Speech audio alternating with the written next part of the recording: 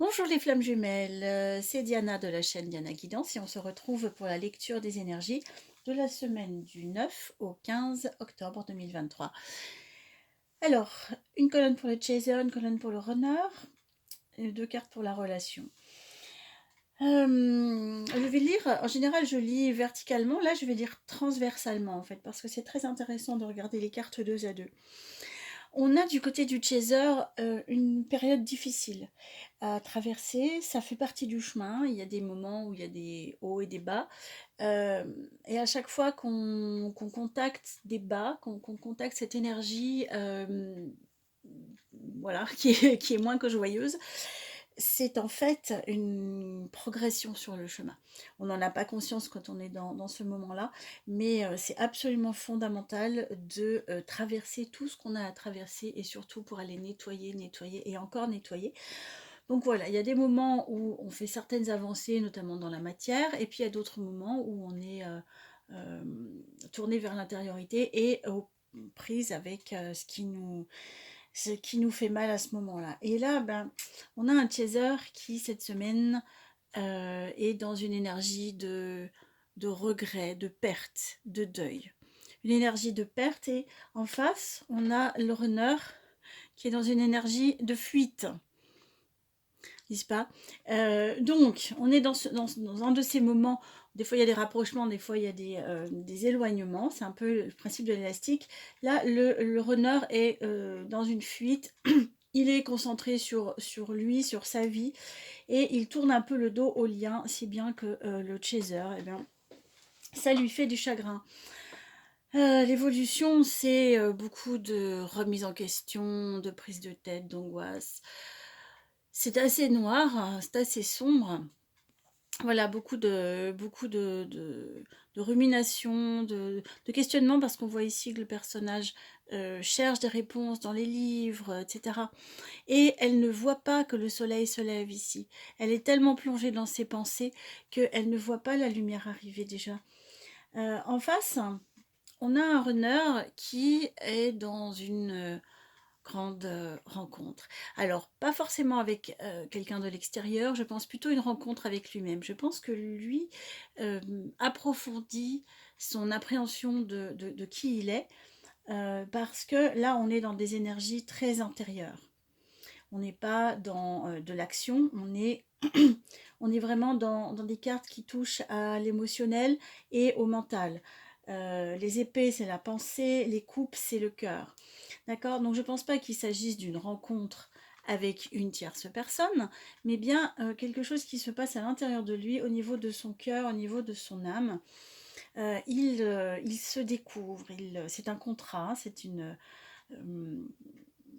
oui c'est ça, c'est un pacte, c'est un contrat, c'est une rencontre, c'est tout ce qui est de cet ordre-là. Donc, bien, s'il peut connecter un petit peu son yin et son yang à l'intérieur de lui, c'est pas mal du tout.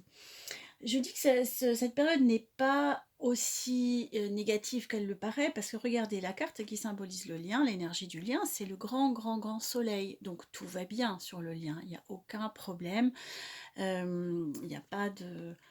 Voilà, il y a rien qui vient entacher le lien, il n'y a pas de force extérieure qui viendrait de l'occulte pour encrasser ce lien ou pour mettre des illusions ou des choses. Donc là, c'est très très sain en fait.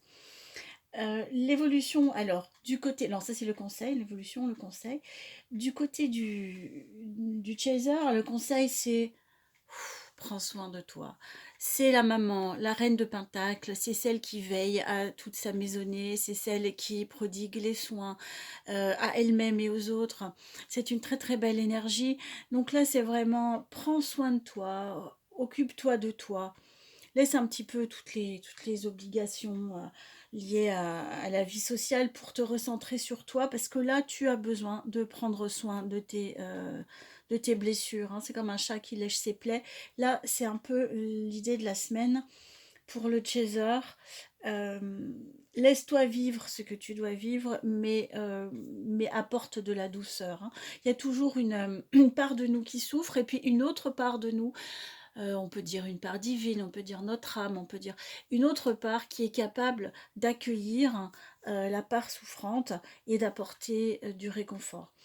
Donc, Voilà, mets le paquet sur ça et prends soin de toi, accorde-toi de la douceur. Du côté du runner, alors on a une carte qui parle de réflexion aussi, d'intériorité. C'est un 4 de coupe. Elle est parfois associée à de l'ennui ou quelque chose comme ça. Ici, en carte conseil, on va dire, reste connecté avec ton intériorité. Euh, Reste dans ce cocon. Ne te laisse pas disperser par plein de choses. Reste intériorisé comme ça. Tu vas découvrir plus de choses dans la profondeur. Ici, cette carte pour le lien, c'est le hiérophante, c'est le pape, c'est l'énergie supérieure, Dieu, le divin, la source, qui guide et qui protège, qui enseigne, qui dirige. Là, c'est dans une énergie très très intériorisée, puisqu'on voit ce professeur de yoga avec les yeux fermés et les trois personnages en attitude de méditation. Donc il y a vraiment cette notion de rester connecté avec cette énergie très intérieure du lien euh, pour, voilà, pour d'un côté adoucir ce que vit le chaser, de l'autre côté pour continuer à progresser, on va dire, dans la découverte de la vie intérieure, euh, en sachant qu'on est guidé, qu'on est protégé, que tout va bien, même si en apparence on traverse les moments de creux de la vague où on s'en prend plein la figure. Ça passe, ce sont des moments qui passent et qui nous permettent de remonter et de renaître. C'est un peu l'image de, un peu la lumière de l'âme, c'est un peu l'image du tombeau, hein, où Jésus descend au tombeau, descend aux enfers pour pouvoir renaître, pour pouvoir ressusciter. Après cette initiation, il y a une dimension initiatrice dans la souffrance et dans le chagrin, et ça fait partie du chemin de flamme jumelle. Donc là, c'est vrai que comme les énergies au niveau de la planète sont difficiles, au niveau mondial, avec tous les événements qui se produisent. Bien sûr qu'on est impacté, bien sûr qu'on n'a pas envie de faire la fête. Euh, et donc, si ça vient entrer en résonance avec nos souffrances personnelles, ça permet de les faire vibrer plus fort et donc de les mettre au jour, de les remonter à la surface.